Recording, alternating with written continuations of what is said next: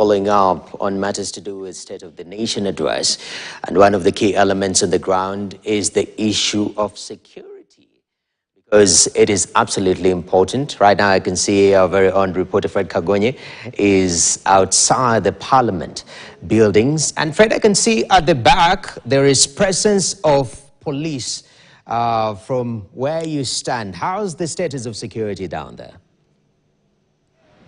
Thank you very much, Noah. We are coming to you live from the intersection, or rather roundabout, of City Hall and Parliament Road. And as you can see behind me, there's a police vehicle that has been used to barricade Parliament Way to try to prevent people from, using that road to wherever they are going. But a closer outlook of the CBD as a whole is that today we have seen, security has been beefed up since morning.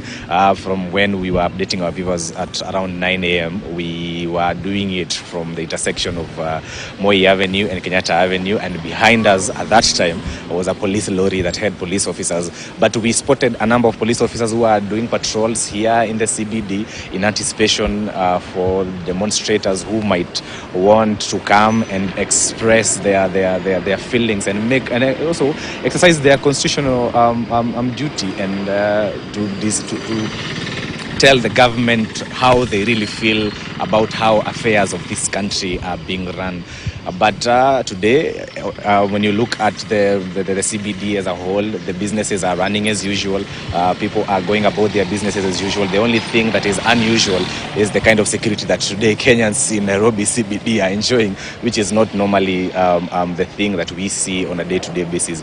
But from morning, we've not seen protesters. We've been keeping watch in different roads, in different streets of the CBD, but we've not seen any protesters trying to march or picket for that matter. And one of the reasons why we came here is we believe, or we have reason to believe that some of the protesters, if at all they are here in the CBD, they might want to disrupt the procession, or rather the entourage and the vehicles that the president will use to make his way to Parliament. It will be remembered that today he's set to give a State of the Nation address and tell Kenyans how we are doing, and for most and for actually a majority of Kenyans, we're not doing well in terms of taxes, and those are among the issues that were being articulated on social media, majorly on X, when people were calling out on all Kenyans to come out today and to join in the protest. But today we've not seen that yet. Maybe it will happen. The State of the Address is supposed to be in a few hours' time, so we are waiting to see what will happen.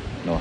I mean, Fred, under normal circumstances, especially looking at the previous State of the Nation address by President William Ruto is fast, comparing that situation with today, that air within the CBD, is there a difference? Are people just moving on with their business as usual? Or is there a different feeling to it as per your judgment? As is always the norm, any State of the Nation address attracts interest from Kenyans because they want to hear how the country is doing from the perspective of government. Because from their own perspective, they already know where the shoe pinches the most.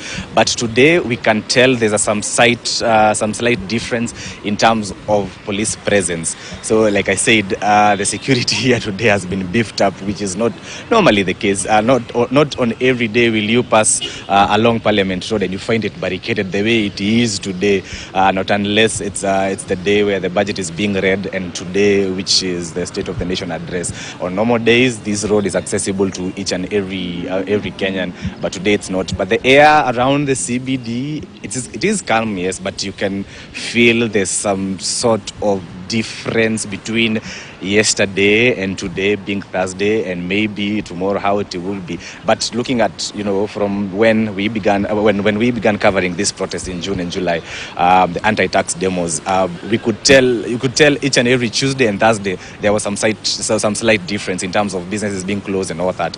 Today, yes, businesses are open, people are going about their businesses as usual, but that sort of police presence is what is the difference between maybe yesterday and the day before that and today. No.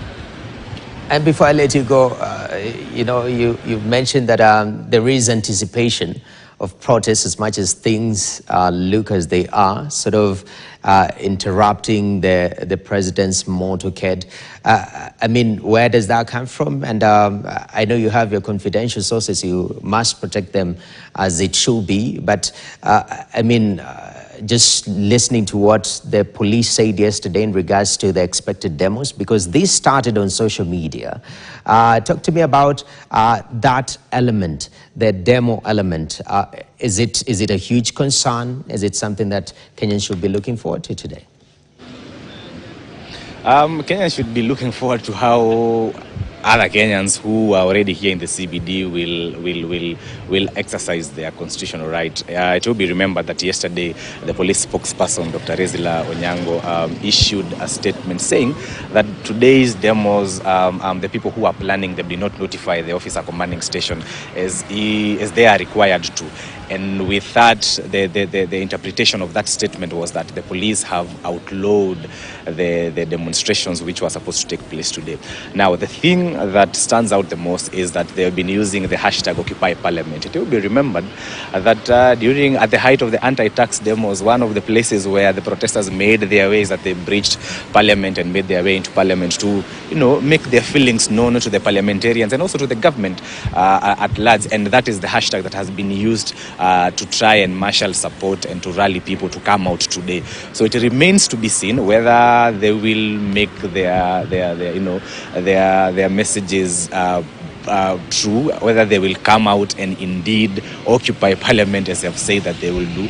But what we've seen so far is that there are no protesters who've gathered here in the CPD. So maybe the numbers will swell as we approach towards that time where the president is supposed to make his way to Parliament. But the rally basically has been to occupy Parliament, and today the president will be in Parliament, because it will be remembered during when the Parliament buildings were breached and the protesters made their way, there were calls to occupy State House, but for some reason or the other, the protesters chose not to go to State House. So maybe today State House, the occupant of State House, that is the president, today comes to Parliament. So it remains to be seen whether the protesters will indeed occupy Parliament and occupy the president as well. All right. Thank you very much, Fred Kagonye. We'll be getting back to you later on to see the development on what is going on in regards to the State of the Nation address, second one by President William